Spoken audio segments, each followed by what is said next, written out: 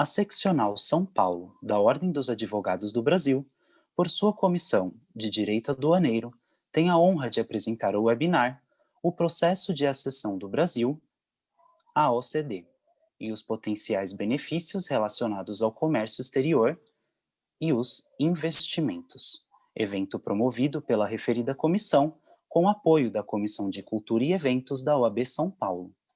Informamos que este evento compactua com os Objetivos de Desenvolvimento Sustentável, um pacto firmado entre a OAB e a ONU.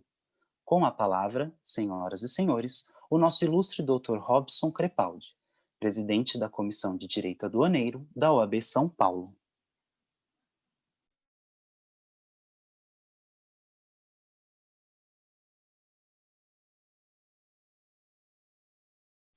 Licença, doutor, o seu microfone está desligado. Boa noite a todos e a todas. Na qualidade de presidente da Comissão Especial de Direito Aduaneiro da OAB São Paulo, quero dar as boas-vindas aos participantes do webinar Processo de Acessão do Brasil à OCDE e os potenciais benefícios relacionados ao comércio exterior e aos investimentos. Esta é uma iniciativa conjunta da Comissão Especial de Direito Aduaneiro, da Comissão de Cultura e Eventos desta casa. Sendo assim, agradeço o apoio institucional do nosso presidente da OAB São Paulo, Dr. Caio Augusto da Silva Santos, do nosso vice-presidente, Dr. Ricardo Toledo Santos Filho, e do presidente da Comissão de Cultura e Eventos, Dr. Alexandre Rolo.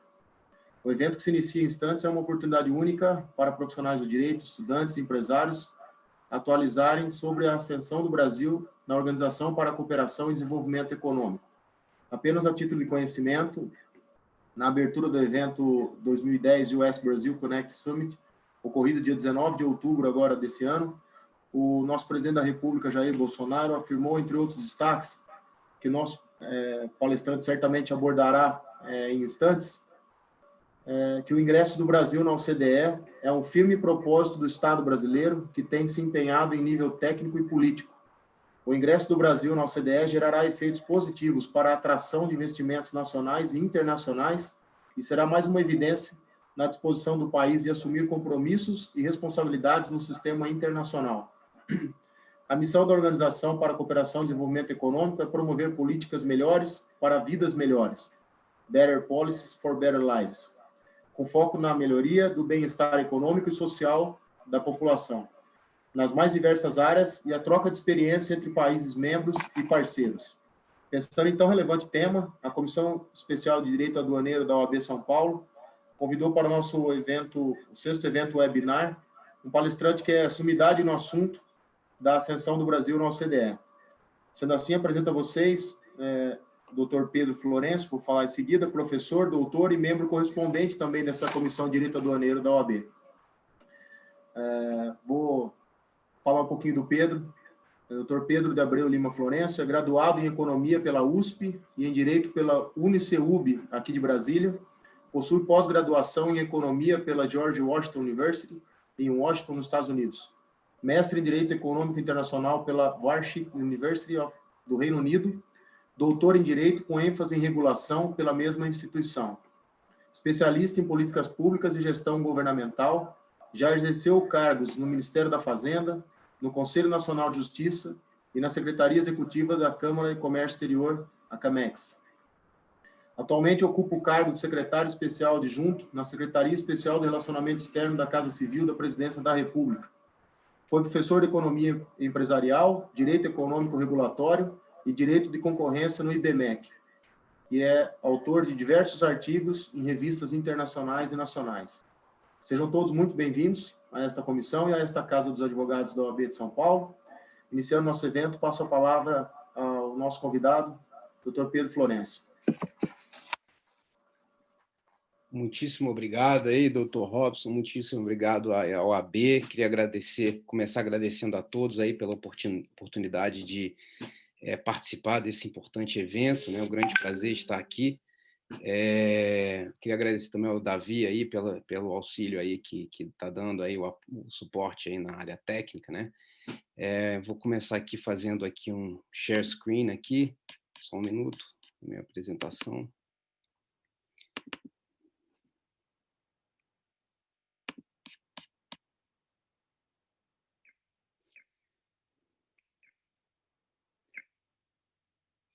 Bom, então, o objeto da minha palestra hoje aqui, esse é o processo de acessão do Brasil à OCDE, e os potenciais benefícios, né, desse processo de acessão, mais especificamente na área aí de comércio e investimentos, né.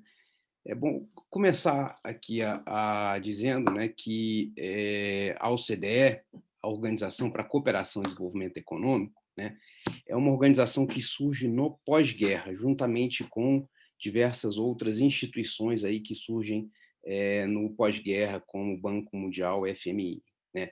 O embrião, a origem, a gênese da OCDE está nessa organização cuja sigla coloquei para vocês, né. Pouca gente provavelmente já ouviu falar dessa organização, é OEEC, criada em 1948, portanto, aí no pós-guerra, que é a Organization for European Economic Cooperation, né? Então, essa daí é a instituição que é o embrião aí da OCDE, né?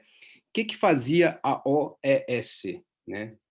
Basicamente, a OEEC era responsável pelo Programa de Recuperação da Europa, né? Muito famoso o Plano Marshall. Muito provavelmente todo mundo já ouviu falar do Plano Marshall. Então, essa era uma instituição, né, responsável aí pela implementação desse Programa de Recuperação da Europa, o Plano Marshall, né? Em 1961, a OCDE surge, né, da transformação dessa organização. Então, a OCDE surge em 1961 com basicamente 4 objetivos aí principais, né? Quais são eles? Né? Cooperação, promover a cooperação, o diálogo e intercâmbio de informações perante os países membros, né? A disseminação, né, de boas práticas e experiências relevantes, né? A produção e disseminação de conhecimento e, muito importante também, o alinhamento de políticas públicas, né? Então, esses aí são os objetivos principais da OCDE no momento da sua criação, em 1961, né? Se formos analisar a OCDE, né, ela observa-se que houve 3 ondas aí de alargamento, que a gente fala, né, enlargement, em inglês, não? Então, que seria basicamente expansão. 3 ondas, 3 fases aí muito específicas aí de expansão que ocorrem aí nessa organização. Primeiramente, né, os países criadores aí em 1960, né, a primeira onda de alargamento, de enlargement, ocorre aí nos anos 60, 70, né? Então, fazem parte aí dessa primeira onda aí países como o Japão, né, que entraram, aderiram, né, ou acederam, que é o verbo que se usa para a OCDE, em 1964, né, o Japão, a Finlândia em 1969 e a Austrália aí em 1971, né? Então essa aí é a primeira onda aí de alargamento aí da OCDE que se observa, né? Se formos analisar nesse momento, né, dos anos 60, né, 70, basicamente a OCDE tinha a característica de ser o que uma denominação que se dá a ela nos dias de hoje, que não é adequada, mas que à época era adequada. Na época, né, a OCDE de fato era o que se diz um clube dos ricos, né? Era uma organização que tinha na sua composição somente países considerados desenvolvidos, né? Aquela época se observava, né, uma contraposição, né, um antagonismo nítido entre 2 tipos de organizações, né?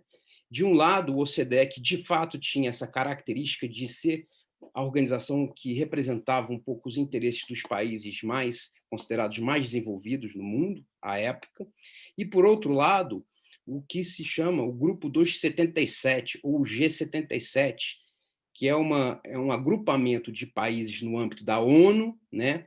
E esse grupo é formado, né, pelos países subdesenvolvidos. Então, foi um agrupamento que foi criado no âmbito da ONU, né, para avançar os principais interesses dos países subdesenvolvidos. Então, de fato, aquela época, né, nos anos 60, 70, existia essa característica da OCDE ser um representante dos países mais desenvolvidos e, como consequência, essa contraposição de interesse entre os dois organismos. De um lado, a OCDE, representando os interesses dos países mais desenvolvidos e ricos, e do outro lado, o grupo dos 77, né, representando os interesses dos países subdesenvolvidos. Né. Nos anos 90, ocorre a segunda onda a qual me referi. Né. Nos anos 90, começa a haver a incorporação de países considerados emergentes. Né. Então, o que a gente observa a partir dessa segunda onda de alargamento na OCDE é que essa denominação do Clube dos Ricos deixa de ter tanto relevo. Né. Porque o que acontece? Passam a ingressar na organização, a aceder à organização, países considerados que não são considerados países, né, desenvolvidos, né, muito em função aí da queda do Muro de Berlim em 89, né, alguns países do leste europeu, né, que faziam parte aí, que eram repúblicas socialistas, passam a começar a ingressar na OCDE nos anos 90, né. Então, temos, como, por exemplo, a República Tcheca, que ingressa na organização em 1995, a Polônia e a Hungria, que ingressam em 96, e muito importante para o Brasil, para a América Latina, temos aí, em 1994, o ingresso do primeiro país latino-americano na instituição, que foi o México. Né? A gente vai ver depois que os critérios estabelecidos para o ingresso do México, à época, em 1994, foram muito diferentes dos critérios que estão pautando o ingresso dos novos países latino-americanos nos dias de hoje. Então, naquela época, de fato, era um processo mais simplificado, fácil, rápido, célere. Né? Nos anos 2000, ocorre a terceira onda de alargamento aí na OCDE. Né? Nos anos 2000, diversos outros países do leste europeu também começam a ingressar na organização, né? E outros países latino-americanos. Então, a gente nota aí, mais ainda, que nessa terceira onda, há o ingresso de países considerados não desenvolvidos, né? Portanto, cada vez mais deixa de fazer sentido aquela denominação antiga da OCDE, como sendo o Clube dos Ricos e, como consequência também, esse antagonismo da OCDE de um lado e o Grupo dos 77 do outro. Né? Então, hoje em dia, a OCDE é formada por 37 países membros, né, que estão aí plotados aí no mapa. Né? O que vocês podem ver é que, de fato, embora haja um ingresso cada vez mais de países de outros áreas, de outras áreas que não a Europa, né, de fato, o que a gente observa aí que a OCDE ainda conta, né, com uma predominância aí de países vindos da Europa, como mostra aí essa plotagem aí no mapa. Né? De uma maneira geral, a OCDE, né, então, embora tenha cada vez mais deixado de ser uma organização considerada o Clube dos Ricos, de fato, ela ainda é formada, na sua maior parte, por países ainda desenvolvidos. Né? Então, como consequência, né, os 37 países que fazem parte da OCDE representam 75% do PIB mundial. Né? Então, uma organização que tem essa característica. Né?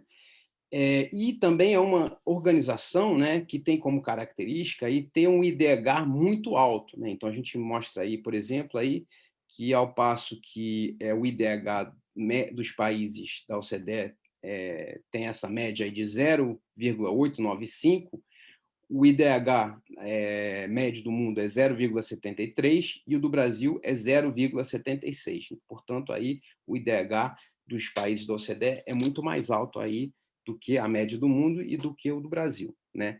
E o mesmo vale para outros índices, né? Índices importantes, aí, índices sociais, como o índice de expectativa de vida. Né? A gente vê que o índice da OCDE é significativamente maior a esse índice do mundo e ao índice brasileiro. Né?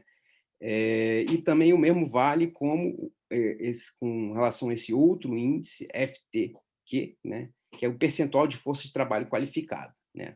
Então, o índice da OCDE é 81,9, do Brasil, por exemplo, é 64,1. Então, se observarmos de uma maneira geral, os índices socioeconômicos da OCDE são muito altos, né, em relação aí à média do mundo, né, e mesmo considerando aí com relação ao Brasil e outros países latino-americanos, né?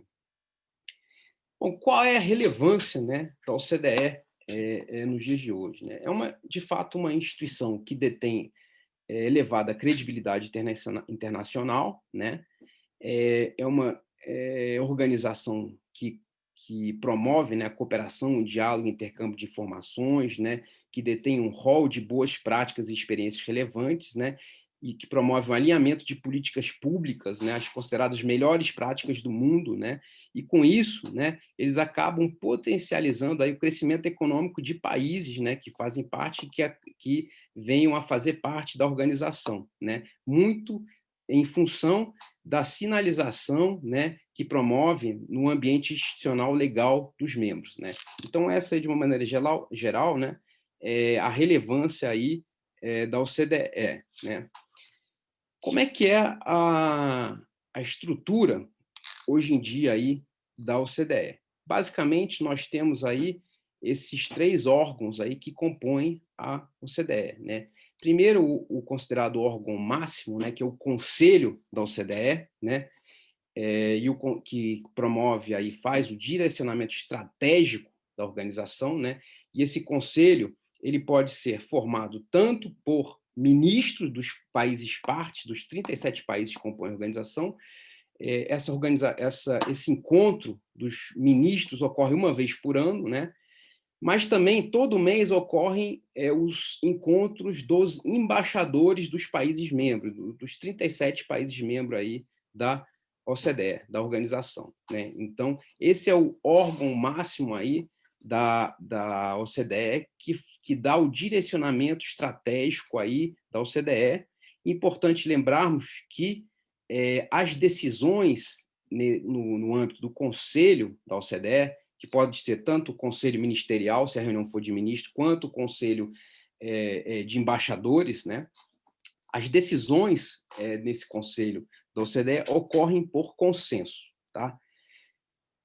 Auxiliando nesse trabalho aí do conselho ministerial, existe o secretariado, né? Então, o secretariado é formado pelo o secretariado geral, que auxilia muito aí o conselho da OCDE, e também o secretariado aí dos comitês especializados, que é o outro órgão aí que faz parte aí da OCDE, que é formado aí pelos 37 países membros. Não, esses comitês são especializados de acordo com áreas temáticas, né? Então, há um total mais ou menos de 30 comitês especializados aí na OCDE, né? Então, esses comitês são formados aí por representantes dos países membros, né?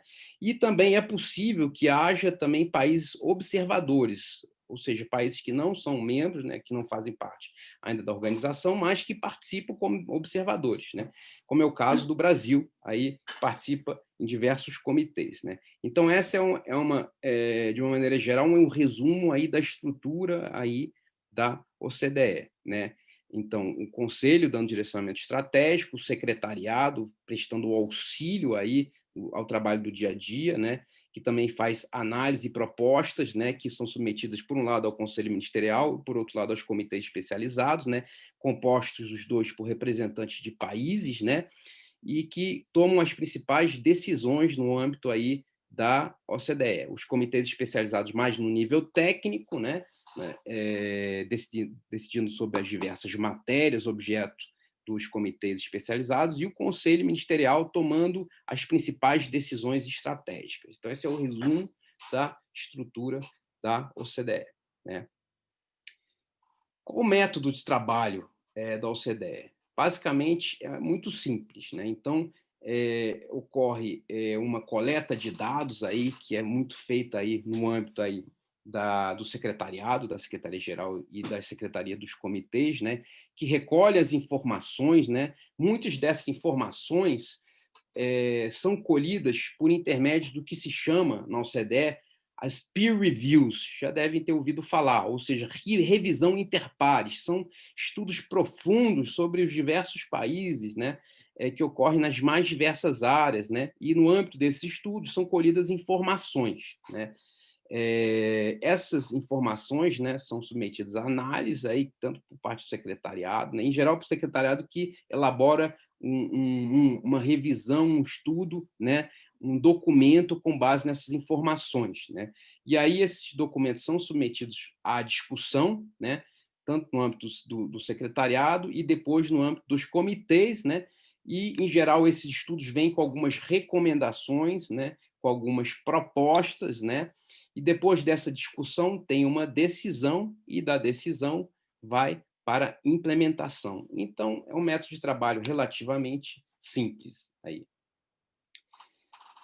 É muito importante também falar que os países não membros da OCDE, né, eles, que nem eu falei, né, podem participar como observadores nas diversas instâncias, né, nos diversos comitês da OCDE, né, e eles podem participar de 3 maneiras específicas, né, como convidado, né, como participante ou como associado, né?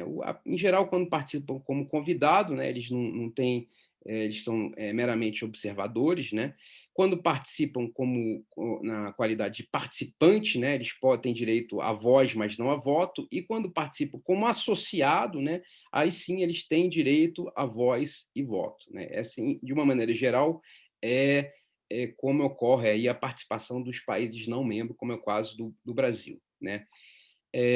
Eu falei para vocês, né, que há um processo muito importante aí de revisão interpares, de peer review, né, que é feito aí no âmbito da OCDE, né, que são esses estudos, né, profundos, né, esses estudos que ocorrem no âmbito da OCDE, né, que analisam as políticas, as leis, a regulação, né, e as instituições dos países, né, e examinam, né, em que medida essas políticas, essas leis, esses processos e as regulações, né, estão coerentes com as melhores práticas da OCDE, da Organização dos Países Membros. Então, é um exame que ocorre, né, de um país examinado com relação a seus pares. É por isso que se chama esse estudo, né, de revisão interpares ou, no inglês, a peer review, né?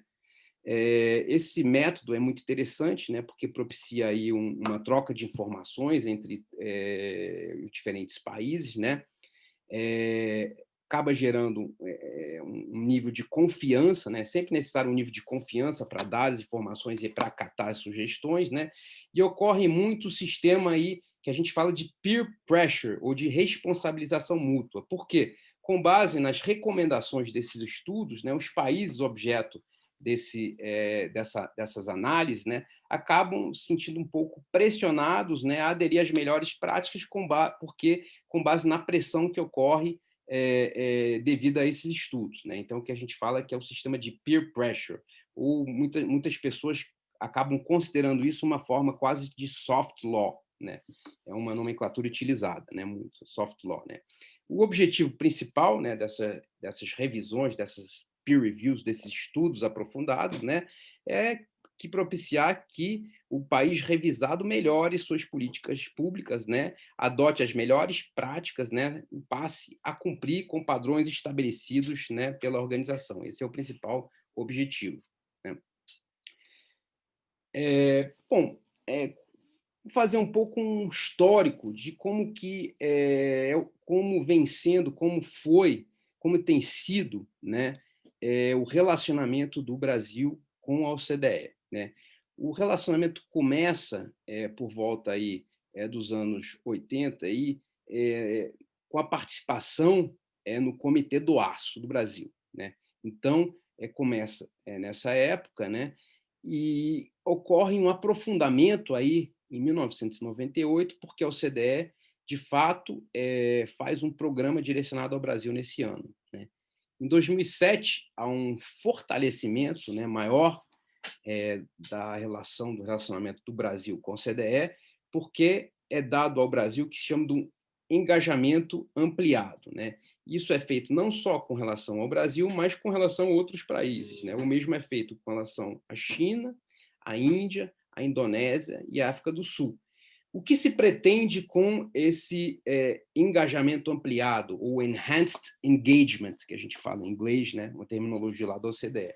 O que se pretende é um pouco chamar esses países, né, o que se pretende é ver se há um certo estímulo dado a esses países para que possam um dia, né, aceder à organização, possam fazer parte da organização. Então, esse é um objetivo principal desse engajamento ampliado, né? Como consequência desse engajamento ampliado, todos esses 5 países são considerados pré-qualificados, não são considerados parceiro-chave, e como consequência desse status conferido de parceiro-chave, esses 5 países passam a ter um processo, uma pré-qualificação para o processo de acessão à organização, né? Então, essa é uma consequência aí dessa denominação de parceiro-chave, né? Uma outra consequência que ocorre dessa pré-qualificação, né, desse status de parceiro-chave, é que o país passa a ser automaticamente, né, participante, né, considerado participante dos comitês, né? Então, desculpa, participante não, convidado de todos os comitês, não? Então, um país que é considerado aí parceiro-chave, ele é automaticamente convidado a participar de todos os comitês, né? Em 2015, tem aí um aumento aí do engajamento com relação ao Brasil, porque é assinado um acordo de cooperação com o Brasil em 2015, com a definição de um plano de trabalho específico, né, que tem vigência até em 2017. E em 2017, né, muito importante, aí no governo passado, no governo Temer, foi enviada uma carta do governo brasileiro solicitando formalmente a acessão do Brasil à organização, à OCDE. Isso ocorreu em 2017. Tá? Então, em que fase estamos? Que nem eu falei para vocês, né, foi enviada a carta em 2017. Então, agora, essa carta, né, está sendo analisada na OCDE, e o que o Brasil está fazendo é estar aguardando, né, o envio, a resposta, digamos assim, dessa carta enviada à OCDE, que vem por meio também de uma carta convite em que a OCDE aceita iniciar o processo de acessão. Então, a gente está nessa fase atualmente. Estamos aguardando, né, o envio dessa carta convite, né, em que a OCDE vai se posicionar sobre aceitar ou não iniciar o processo de acessão do Brasil, né? Se espera que essa carta possa chegar ano que vem, em algum momento, né? Após isso, o que acontece? Quais são as fases aí previstas para o futuro aí com relação ao CDE, né? Após isso, caso chegue essa carta convite aceitando iniciar o processo de acessão, né, elabora-se o que se chama um initial memorandum, um memorando inicial, né, em que o país, né, no caso o Brasil, né, que está pleiteando a acessão, se posiciona com relação a todos os instrumentos da OCDE, todo o arcabouço normativo da OCDE, que também é chamado na OCDE como acquis, né? Da OCDE é uma palavra que vem do francês, né? Então, nesse documento, o Brasil se põe, o caso, o país que está fazendo o pleito, né? O Brasil, no meu exemplo aqui, se posiciona sobre todos os instrumentos por intermédio aí desse documento chamado Memorando Inicial. Depois disso, ocorre uma negociação e é discutido o que se chama um roadmap do processo de acessão. O que é esse roadmap? É simplesmente um mapa do processo de acessão, em que a OCDE vai estabelecer qual vai ser o cronograma de análise aí, das políticas brasileiras, de análise aí das normas brasileiras com relação aos instrumentos da OCDE, né? E essa análise é feita, em geral, nos comitês da OCDE, né? Então, são mais ou menos 30 comitês que fazem parte aí da OCDE. Espera-se que, nesse processo aí de roadmap, né, o que tem ocorrido com relação aos últimos países que têm entrado na organização, é uma análise, em geral, por volta de 23 comitês. Não? Então, os 23 comitês vão se posicionar aí nesse roadmap, de acordo com o cronograma, a respeito aí das normas brasileiras, das políticas públicas, né? Esse posicionamento vai ocorrer como, ao final do processo, né, por intermédio aí de um memorando final, né, em que é delineado, é feito o posicionamento final sobre todos os instrumentos, né? Então, o país, o Brasil, né, se posiciona aí sobre todos os instrumentos, né, e insere, coloca nesse documento, né, se aceita, né, aderir, né, aos instrumentos, né, o arcabouço normativo da OCDE. Em geral, não é obrigatório que haja uma adesão a todos os instrumentos, né? Então, são 245 instrumentos na OCDE, né? Os países que entraram recentemente, o último país que entrou foi a Colômbia, não aderiu a todos, né? É possível, logicamente que se espera uma adesão a quase todos, né? Mas é bem possível, né, que um país consiga entrar na organização, na OCDE, sem aderir a todos, desde que ele consiga, desde que ele coloque reservas com relação a algumas normas, algumas cláusulas específicas em alguns instrumentos, né? E o ideal é que ele estabeleça também um tempo de implementação dos instrumentos quando não há uma adesão a todos os instrumentos, né? Então, essa é a fase aí da elaboração aí do memorando final, né? Quarta fase aí da sessão. Após isso, o que ocorre, né, o país, esse posicionamento final é submetido à deliberação do Conselho da OCDE, né, que é o órgão máximo, né, se espera que haja, para o país ser aceito, né, na organização, tem que haver aceitação de todos os membros, né, os 37 membros, né, é necessário consenso, né. Após isso, né, se de fato há o consenso, é aceito, né, a acessão do país à organização, à OCDE, o país aceito, ele tem que assinar a convenção da OCDE e tem que assinar aqueles instrumentos normativos que são considerados, né, mandatórios, né, que são considerados bindings em inglês, né?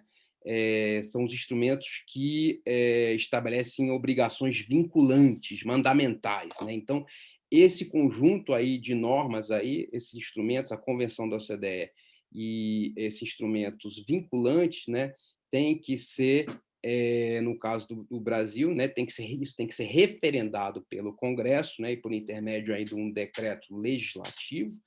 Após isso, esse referendo aí do Congresso, né, também é necessário, após isso, uma promulgação por parte do Executivo do Presidente da República, por intermédio aí de um decreto presidencial. E, por último, fase final, o país, o Brasil, terá que depositar os instrumentos na OCDE. Só após esse depósito desses instrumentos na OCDE, aí que o país passa a fazer parte da OCDE. Então, são essas as fases da sessão, né?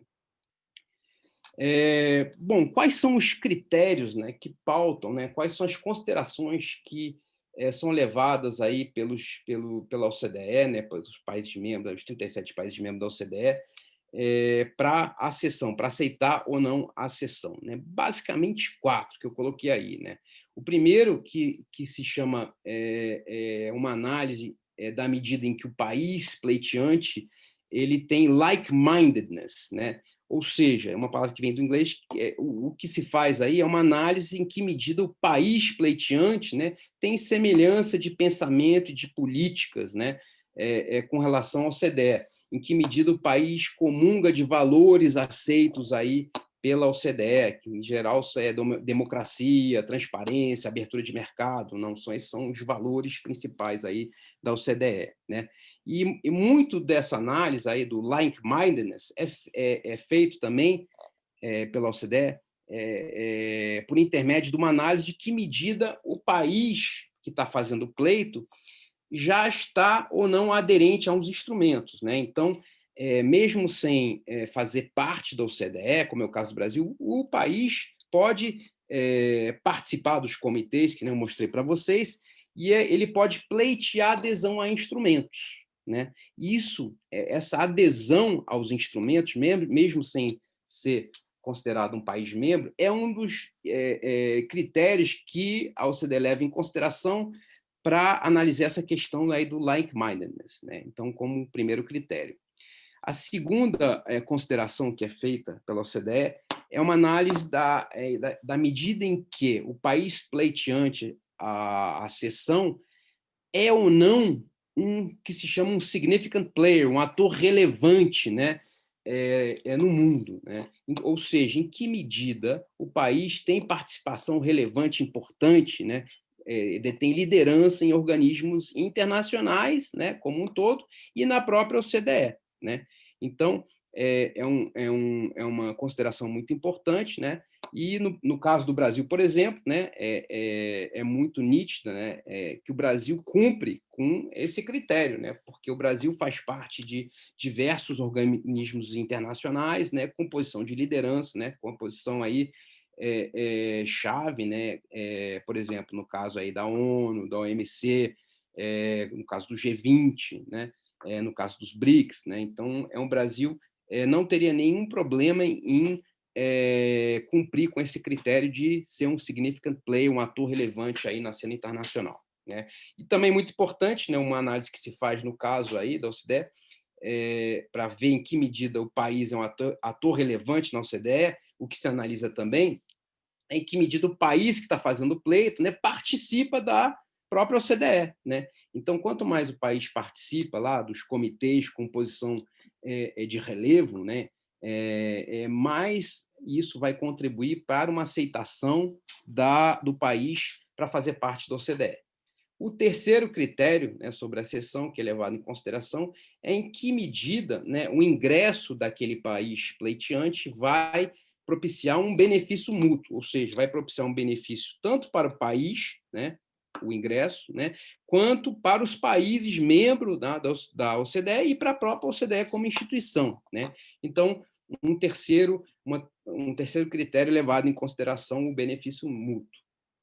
E, por último, aí, o último critério levado em consideração pela OCDE é o que se considera lá, o que se denomina Global Considerations, né? Ou seja, é levado em consideração em que medida o ingresso daquele país vai contribuir para o equilíbrio regional da OCDE, né? A gente vai ver, né, que tem uma preocupação muito grande na OCDE, ainda mais nos dias de hoje, depois eu vou explicar isso um pouco melhor, que haja um equilíbrio regional. Um equilíbrio regional em que medida? É importante que não haja uma preponderância muito grande de países europeus entrando em detrimento de países latino-americanos.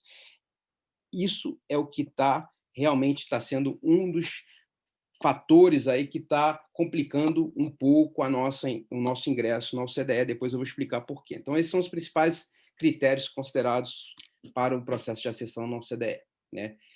Um pouco histórico do relacionamento do Brasil com a OCDE, né? Bom, a OCDE vem cortejando o Brasil há alguns anos, né? E intensificou a produção de estudos específicos do Brasil, né? Foi, inclusive, criado um espaço específico no site da OCDE para divulgar relatórios e estatísticas sobre o Brasil, né?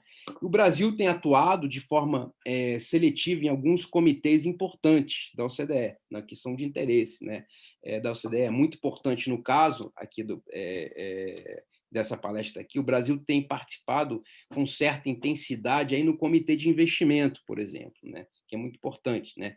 E a participação nesses comitês serve como fonte de informações, né, importante para o país, né, e também como plataforma de divulgação dos seus posicionamentos, né? E que nem eu falei para vocês, essa participação é muito importante porque vai acabar contribuindo para um dos critérios aí para a aceitação do país como membro pleno da organização, né? As discussões aí que ocorrem no âmbito da OCDE têm revelado, né, convergência, né, de políticas, né, em diversas áreas, políticas brasileiras em diversas áreas aí de grande importância aí para a OCDE e para o país, e que estão em sintonia com as melhores práticas internacionais, né? Bom, o Brasil, né, já é membro associado de diversos órgãos da OCDE, né? Então, expliquei para vocês, né, que o país tem, país que não é membro tem 3 status. Ele começa como convidado, depois como participante, e o último estágio é o de ser associado, né? Então, o Brasil já está nesse último estágio em diversos comitês importantes, né? O Comitê do Aço, né? O Comitê de Governança Pública, o Comitê de Comércio, muito importante aqui, no caso aqui aqui dessa apresentação, né? o Comitê de Investimentos, também muito importante, a gente tem uma participação muito intensa lá, o Brasil, o Comitê de Política Científica e Tecnológica, o Comitê de Estatísticas também, e dois grupos de trabalho e um centro de desenvolvimento, né, que o Brasil participa aí com intensidade, já é considerado aí membro associado, né? Bom, aqui eu coloquei para vocês um gráfico para mostrar aqui como que vem sendo aí a adesão do Brasil aos instrumentos da OCDE, né? Então, eu expliquei para vocês que a OCDE tem 245 instrumentos, né? Desses 245 instrumentos, né, vocês vão ver que em 97 o Brasil só era aderente a 11, né? Então, essa curva vai aumentando um pouco, uma inclinação baixa, né, até mais ou menos aí 2014, dá uma certa acentuada em 2015, mas o que a gente nota é que a partir de 2017 essa inclinação aumenta significativamente, né? E aí por quê? É o momento, né, que eu expliquei para vocês, em que é enviada a carta do Brasil para a OCDE solicitando aí a acessão do Brasil à OCDE. Nesse momento, começa a ocorrer no Brasil um engajamento muito grande, né, um esforço muito grande, né, por parte aqui do governo brasileiro para aderir, né, aos instrumentos da organização, ao arcabouço normativo da organização, porque a gente sabe que, fazendo isso, duas consequências. Primeiro, a gente aumenta a probabilidade de sermos aceitos, né, como membros plenos, né, é a primeira razão, mas muito mais importante do que isso, né, quando a gente adere a esses instrumentos, que, na verdade, representam as melhores práticas do mundo, as melhores recomendações, a gente garante que as políticas públicas brasileiras estão convergindo rumo às melhores políticas públicas do mundo, né? Então, é comum a gente dizer, né, no governo brasileiro, que talvez muito mais importante do que a própria entrada do país na OCDE é o caminho que se faz para chegar lá, né? Então, o que a gente diz é que a gente não vai entrar na OCDE para melhorar o país, a gente vai entrar na OCDE porque a gente está melhorando o país, né? Então, isso que representa, né, essa adesão aos instrumentos que são representativos das melhores práticas, né, os instrumentos mais bem aceitos do mundo, né? Então, é isso que representa aí esse gráfico aí, né? Aqui eu coloco aqui algumas informações adicionais aí, né?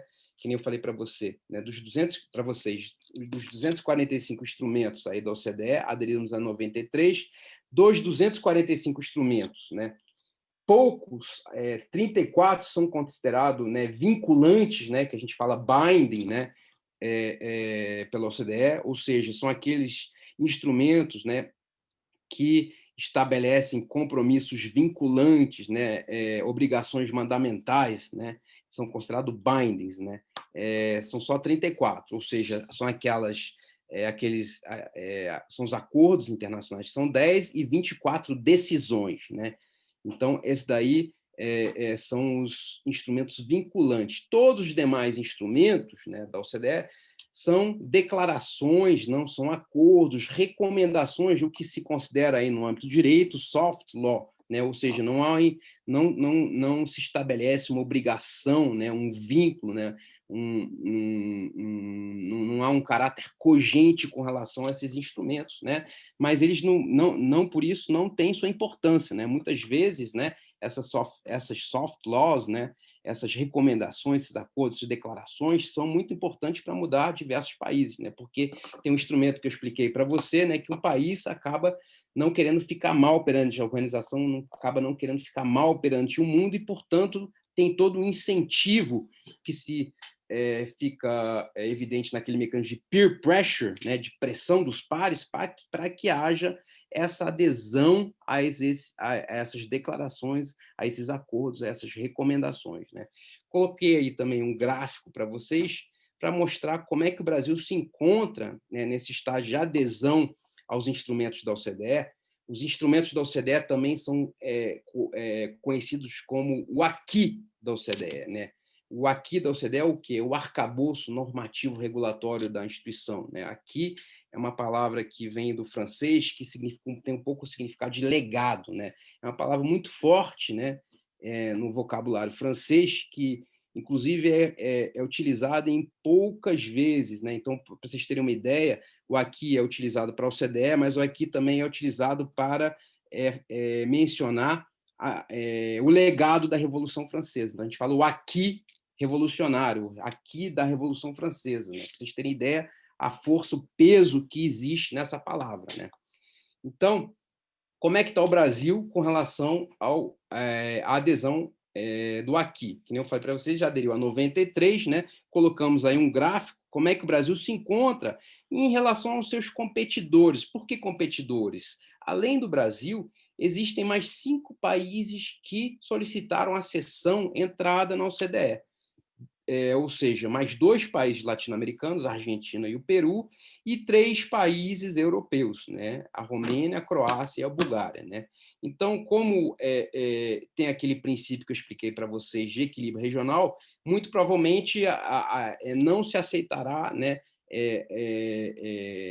Não serão aceitos 3 países latino-americanos em detrimento dos europeus, né? Porque a organização tem aquela preocupação de manter o equilíbrio regional, né? Então, o Brasil, vocês veem aí, está muito à frente nesse requisito de adesão aos instrumentos em relação aos seus competidores, né? A Argentina, que está mais próximo, tem 51, né, adesões aos instrumentos, né? Romênia, 46, Peru, 45, Croácia, 25 e Bulgária, 19. Né?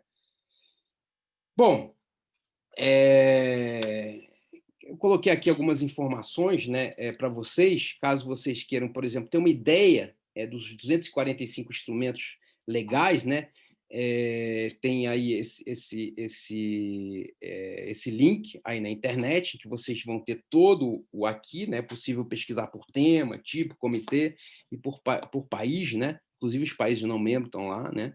Eu expliquei para vocês também que no caso dos acordos vinculantes, né, que são aqueles poucos, né, eu mostrei para vocês, é possível que o país entre na organização negociando reservas, né, que são salvaguardas, né, algumas políticas já existentes, né, e são estabelecidas reservas, ou seja, salvaguardas com relação à adesão a alguns instrumentos ou até algumas cláusulas dos instrumentos, né. E no processo de acessão também vai ser muito importante a negociação do roadmap para a sessão, que nem eu expliquei para vocês, né? Quais são as principais vantagens para o Brasil de uma eventual sessão, né? Primeiro, que é muito falado, né, essa ideia de se ancorar as expectativas de longo prazo. Se espera, né, que num processo de acessão, né, que em geral tende a demorar em média de 3 a 5 anos, para vocês terem uma ideia, dentre as acessões recentes, né, o país que entrou mais rapidamente entrou com 3 anos, né, foi a Letônia. Então, uma vantagem de uma eventual acessão é você ancorar expectativas de longo prazo, ou seja, você garantir que haverá naquele país um processo de convergência às políticas públicas, às melhores práticas internacionais, né? E que não haverá problemas de descontinuidade de políticas públicas, não haverá um problema de eventualmente entrar um governante e mudar todas as políticas públicas que estavam ocorrendo, né? Isso é muito importante no processo de desenvolvimento, né? Dar essa expectativa de longo prazo, né? Muito importante aí para a previsibilidade negocial, muito importante para os investidores, para os negócios, para o comércio, né? Então, uma segunda vantagem, além dessa, é um pouco consequência, é assegurar a confiança dos agentes econômicos, né? E, como consequência também, a facilitação da retomada do crescimento, né?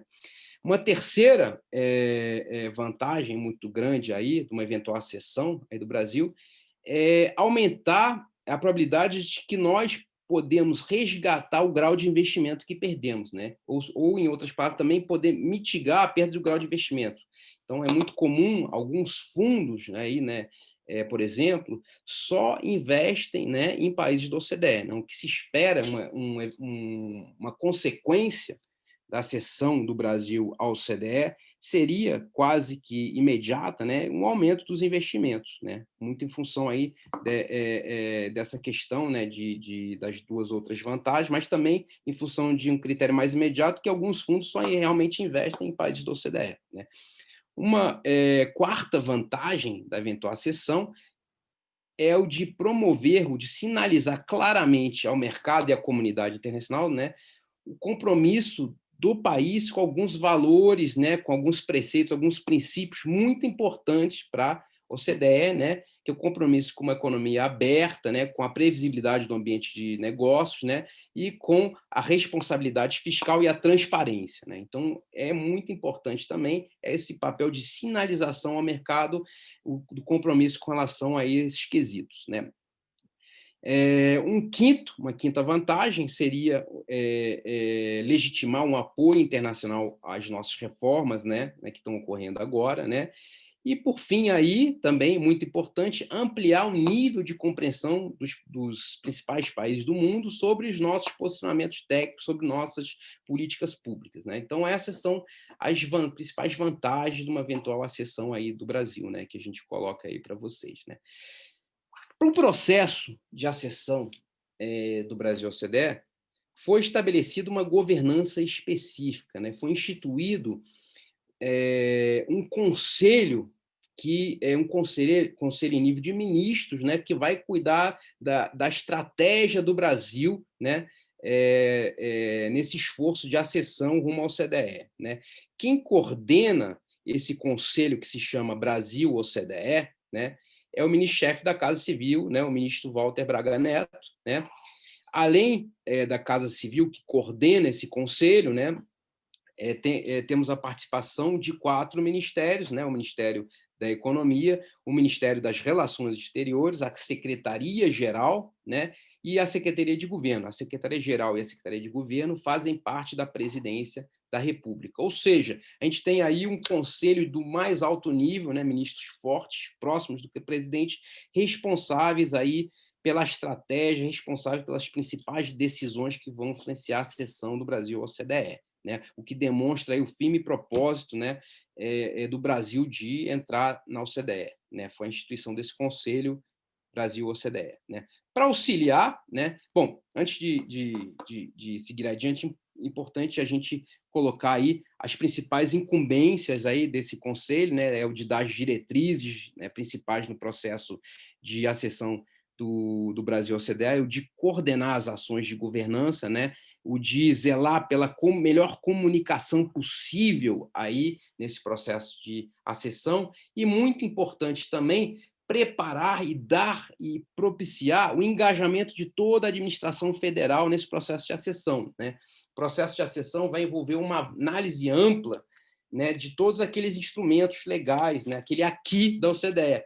É um processo, né, esses instrumentos, né, perpassam as mais diversas áreas aí, setoriais, né, desde educação, saúde, até economia, né, tem alguns aspectos muito específicos, como químicos, né? Então, é muito necessário, importante, fazer a devida preparação e engajar toda a administração pública federal nesse amplo processo aí que será necessário aí, que fica sob a incumbência aí desse Conselho Brasil-OCDE. Né? Para auxiliar Conselho Brasil-OCDE, que é um conselho que está no nível de ministros, existe o Comitê Gestor. Né?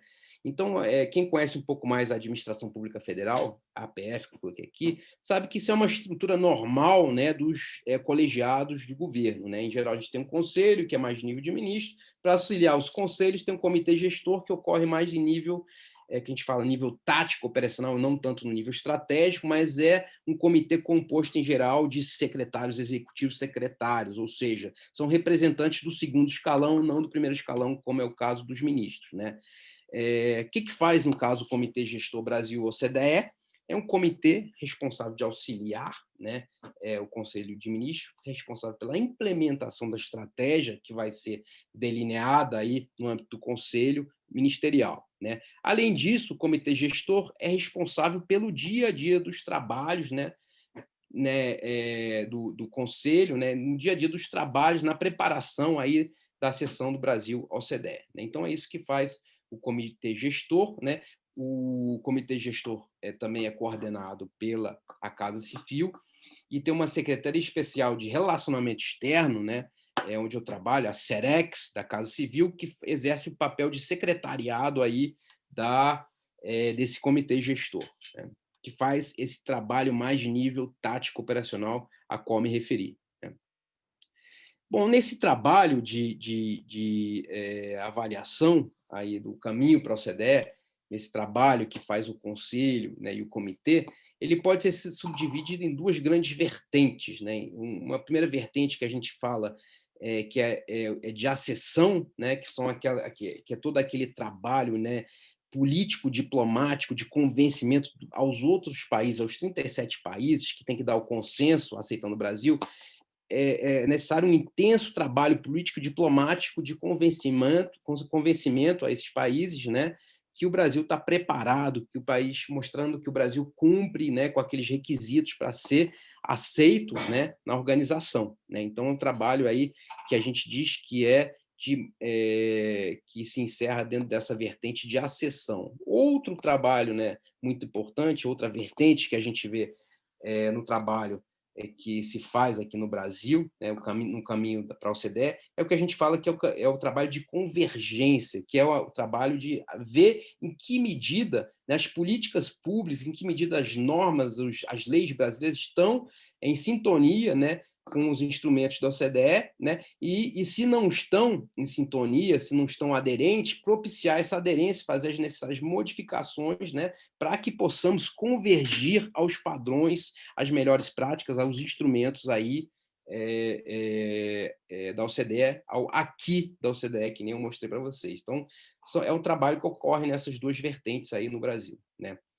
Bom, então, que nem eu falei para vocês, né, estamos aí aguardando a carta, né, a gente está num intenso trabalho, né, dessas ações político-diplomáticas por um lado, né, por outro lado estamos envidando aí, estamos atuando muito naquela vertente de convergência, né, que eu mostrei para vocês, né, a carta, a recepção, né, o recebimento dessa carta é uma grande prioridade, né, no atual momento, né.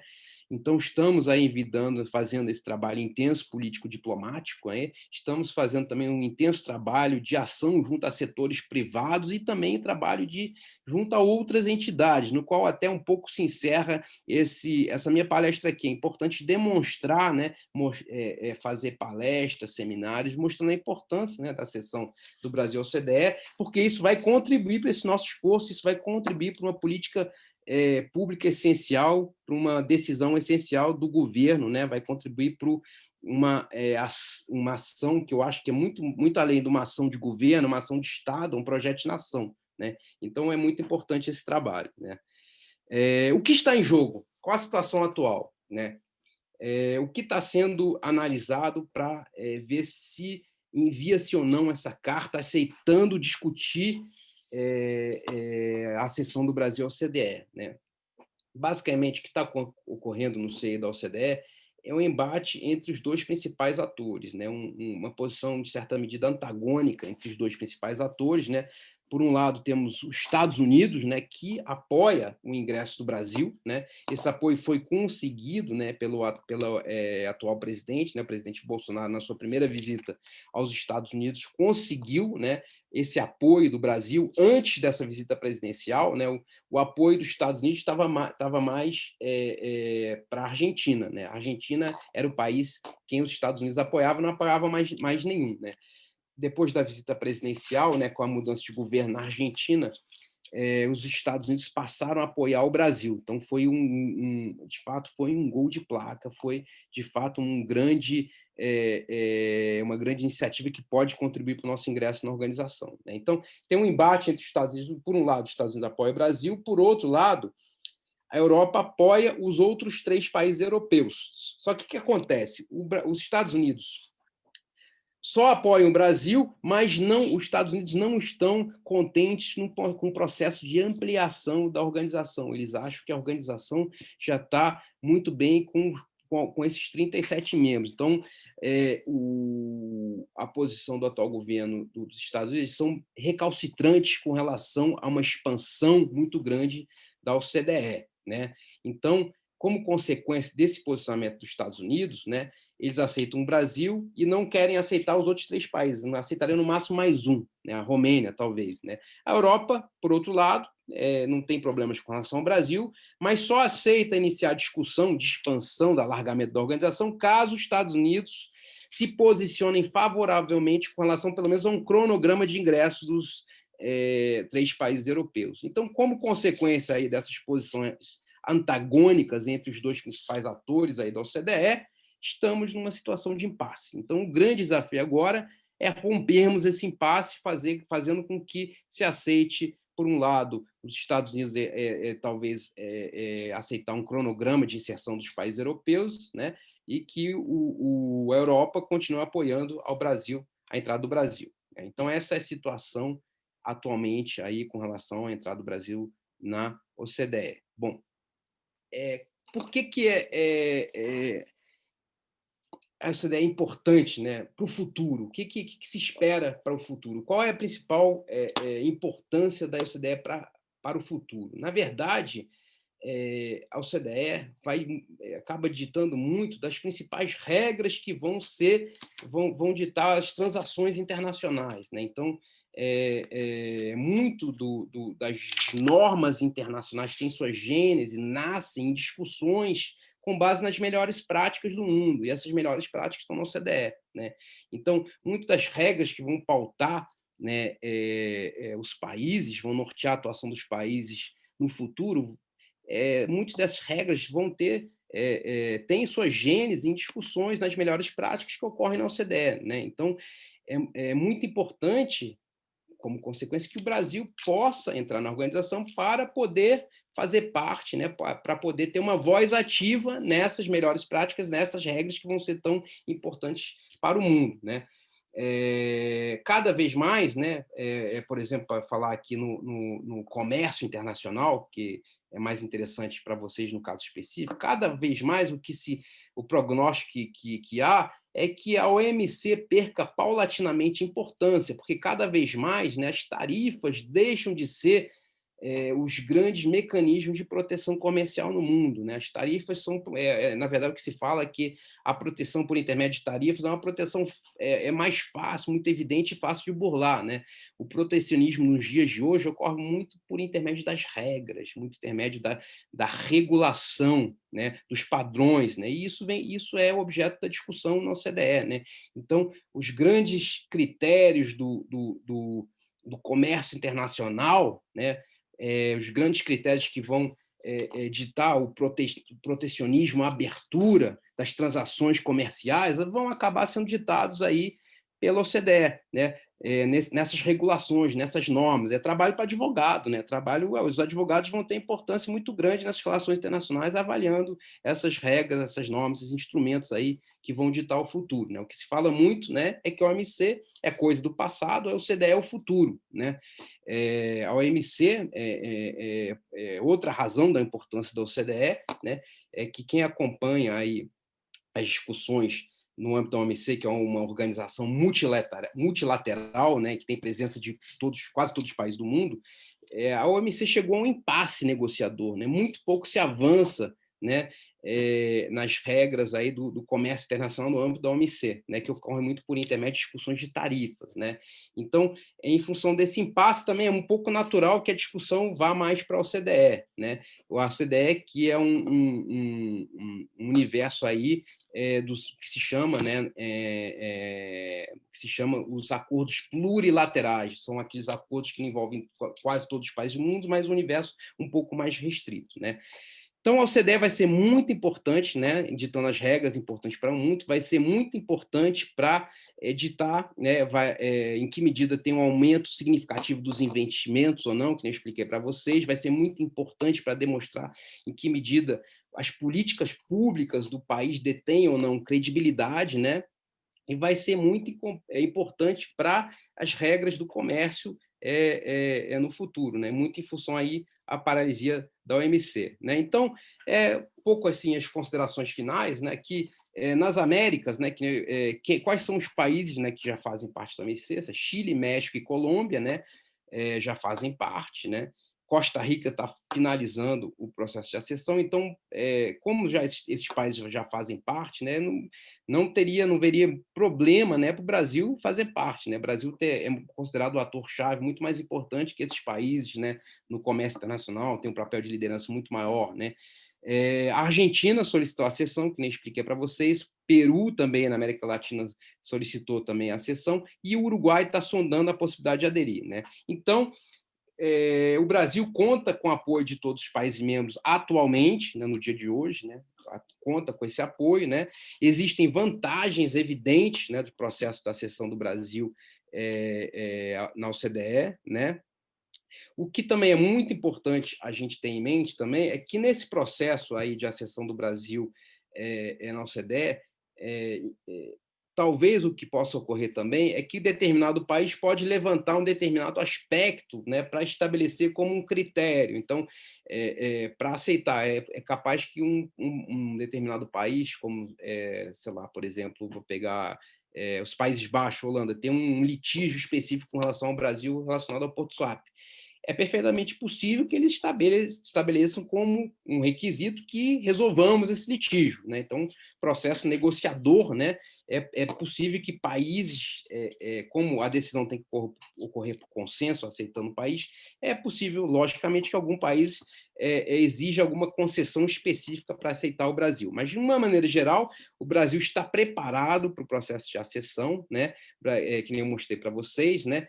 E talvez possa finalizar dizendo para vocês o que ocorre atualmente na OCDE é um pouco o que a gente fala aqui perante os economistas, processo de trade-off, de dilema entre, por um lado, o fato de ser uma organização homogênea, coerente, com base em políticas públicas sólidas, representativas das melhores práticas no mundo. Por um lado, tem esse lado da organização, né, que tem esse lado coeso, né, mas se por um lado a OCDE tem essa característica, né, por outro lado, ainda é um grupo seleto, né? Então, essas políticas públicas têm pouca ressonância perante o mundo, né?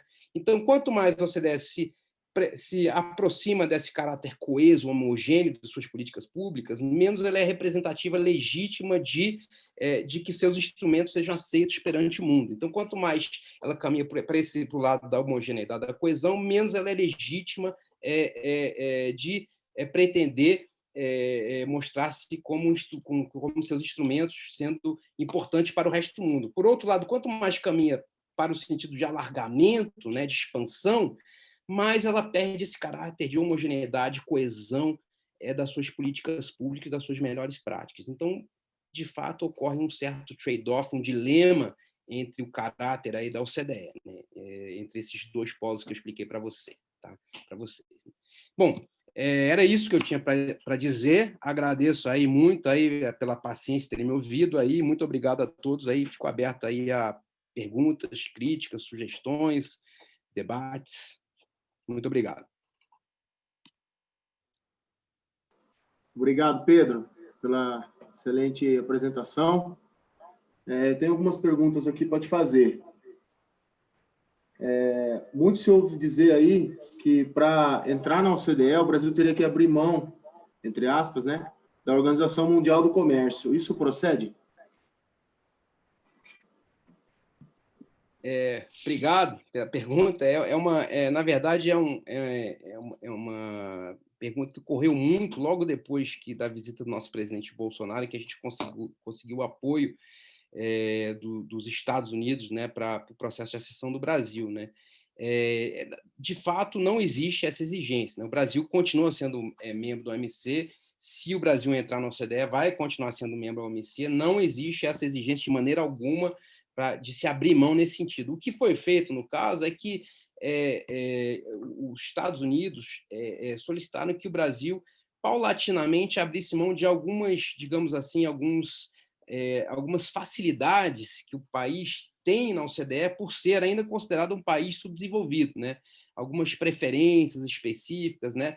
E então o que houve foi esse pleito, esse pedido aí dos Estados Unidos, né? Que na verdade é um posicionamento dos Estados Unidos com relação a diversos países considerados emergentes, importantes no OMC, que de fato, né, não necessitariam ainda dessas preferências, né? Que seriam típicas de países ainda subdesenvolvidos e não daqueles países emergentes, né? Como é o caso da China, como é o caso do Brasil, né? Então, o que se fez foi fazer, né, esse pleito, né? E a análise, né, que se faz normalmente é que seriam preferências, seriam, digamos assim, regalias, seriam exigências que ocorrem no âmbito do OMC que, naturalmente, o Brasil perderia pelo fato de caminhar rumo ao processo de desenvolvimento. Né? Como país emergente, uma hora se Deus quiser, vai se tornar um país desenvolvido, né? E vai deixar de necessitar desses instrumentos da OMC. Né? Então, não existe esse requisito, não. Maravilha. A Ana Regina, do Comex Girls, agradecer a presença também da Ana, sempre está presente com a gente. Ela pergunta aqui, foi dito que é possível a acessão mesmo sem cumprir 100% dos pontos de requisitos. Alguns podem ser negociados, mas há um mínimo? Infelizmente, não tem aquele padrão mínimo, né? Porque cada processo de acessão ocorre de uma maneira, né? O que não existe assim uma exigência normativa estabelecida pela instituição com relação a isso. O que a gente está fazendo no Brasil é, logicamente, pautar o nosso processo de acessão com base nos últimos ingressos, né, de países semelhantes ao Brasil. Então, a gente está olhando muito para Costa Rica, para Colômbia. Não vamos olhar para o México, porque eles entraram em 94, quando eles entraram muito mais fácil, foram avaliados só por alguns comitês, né?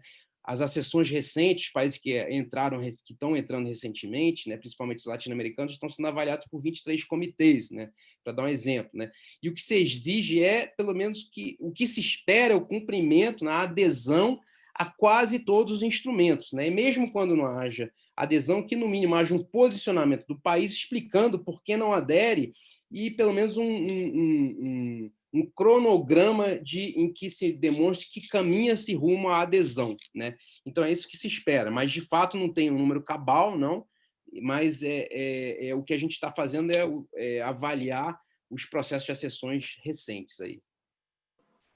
Uma outra pergunta aqui que foi de dois participantes aqui, do Edmar Batista da Costa e do Thales Giovanni, no mesmo sentido. Até que ponto a questão ambiental, desmatamento, incêndios na Amazônia, expansão indevida do cultivo agrícola, pode prejudicar a acessão do Brasil ao CDE? E a pergunta do Thales é nesse sentido também, né? Aspectos ambientais terão peso no processo de acessão ou somente aspectos econômicos serão considerados? Antes de mais nada, um abraço para o Thales Giovanni aí. Obrigado pela excelente pergunta. Um abraço a outra pessoa que também fez a pergunta, muito boa. Se espera que, de fato, haja alguma influência, assim, não só aspectos econômicos, né, critérios ambientais pautam a decisão dos países membros. Então, é uma área que pode, de fato, né, revelar algumas complicações, né, para o Brasil, né, em função de todas as críticas que vêm sendo feitas ao país. Né? O que a gente está tentando fazer no governo é mostrar que a gente está aberto a tentar melhorar os aspectos, né, que são passíveis de aperfeiçoamento, mostrar que estamos sempre caminhando rumo às melhores políticas, às best practices mundiais, mas, de fato, não é uma análise meramente econômica. Né? Os comitês da OCDE cobrem os mais diversos temas, né, nos mais diversos setores. Né? Então, sim, pode ser uma área que tem um peso aí na análise. Sim. E tem mais uma aqui que eu acho que essa vai te complicar, hein? O fato de ter havido, o Joel que pergunta, o fato de ter havido uma mudança do presidente nos Estados Unidos pode trazer alguma dificuldade para o Brasil na OCDE? Acho que esse é o grande medo aí dessa mudança também, né? No que diz sentido à OCDE.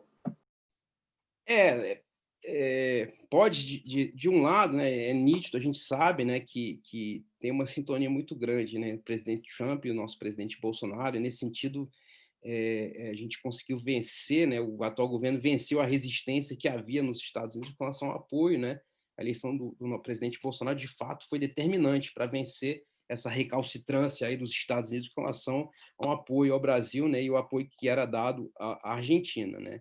Então, com a eleição aí de um governo aí democrata, né, por um lado, deixa de haver esse apoio mais intenso presidencial, mas o posicionamento que tem até a data de hoje é que o apoio continua, né, Logicamente que o nível de parceria entre os dois presidentes pode ter alguma influência, né?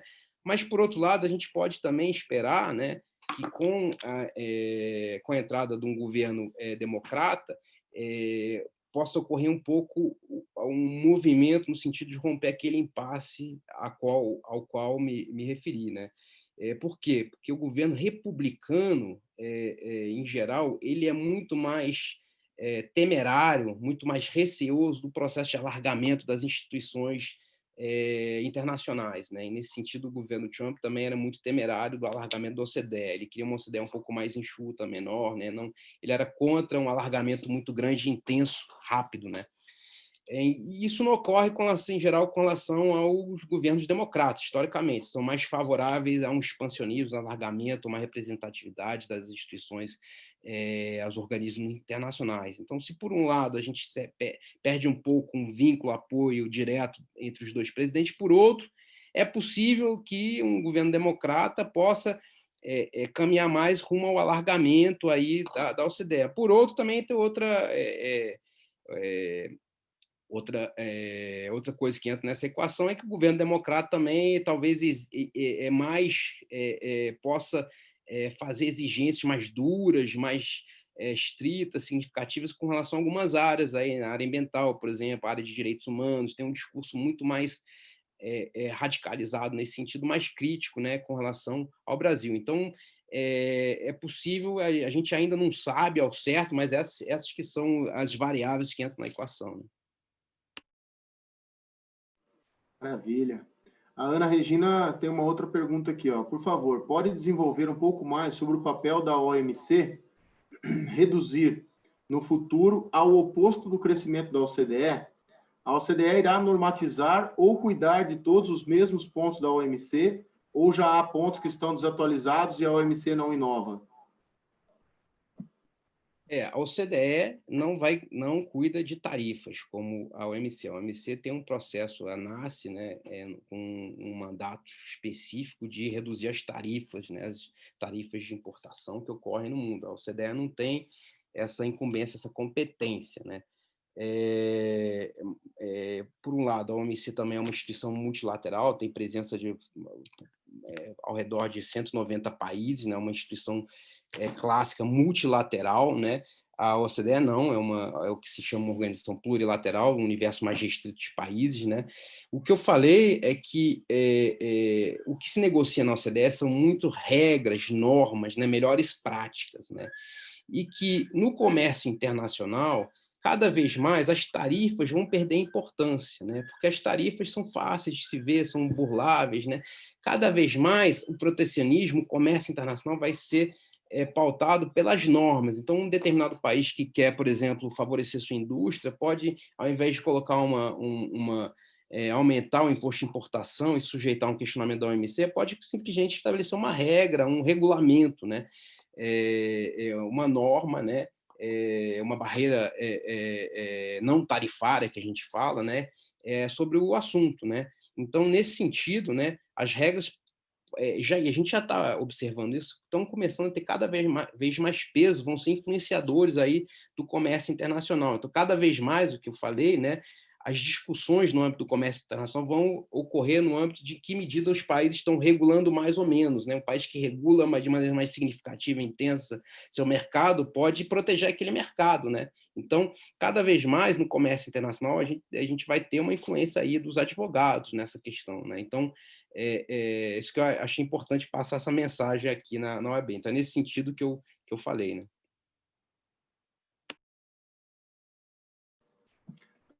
O Joel tem mais uma pergunta aqui. A OCDE tem poder para aplicar multas ou sanções econômicas caso algum de seus membros venha posteriormente ao ingresso a descumprir alguma das cláusulas mandatórias? Não, isso de fato não existe. Não, então, não existe como na OMC um organismo de solução de controvérsias, né? O que exige é qual o mecanismo de enforcement, né, que ocorre aí no âmbito do OCDE. É o mecanismo que a gente fala de peer pressure, né, pressão dos pares, né? Um país que em geral, o mecanismo de enforcement que ocorre aí no âmbito da soft law, das normas que não são vinculantes. Simplesmente o país que não cumpre aquela recomendação vai ser mal visto pelos seus pares, vai ser mal visto pelos investidores, né? Vai ser mal visto pelos homens de negócio. Não? Então, esse é o mecanismo de persuasão que existe no âmbito da OMC. Não existe nenhum organismo de solução de controvérsias que nem a OMC. Eu tenho uma outra pergunta, Pedro. Do seu ponto de vista, você acha que o potencial, você acha que a cessão do Brasil ao OCDE elevaria o potencial de comércio exterior aqui com o Brasil? Ou seja, viriam mais investimentos para o país por conta de fazer parte da OCDE? Como que você vê a tua visão sobre isso? Com certeza, com certeza. Isso é quase que um dado, né? Então, se espera que com o ingresso do Brasil na OCDE, né, haja um influxo muito grande de investimentos, né? Porque existem alguns fundos que só investem em países que fazem parte da OCDE, né?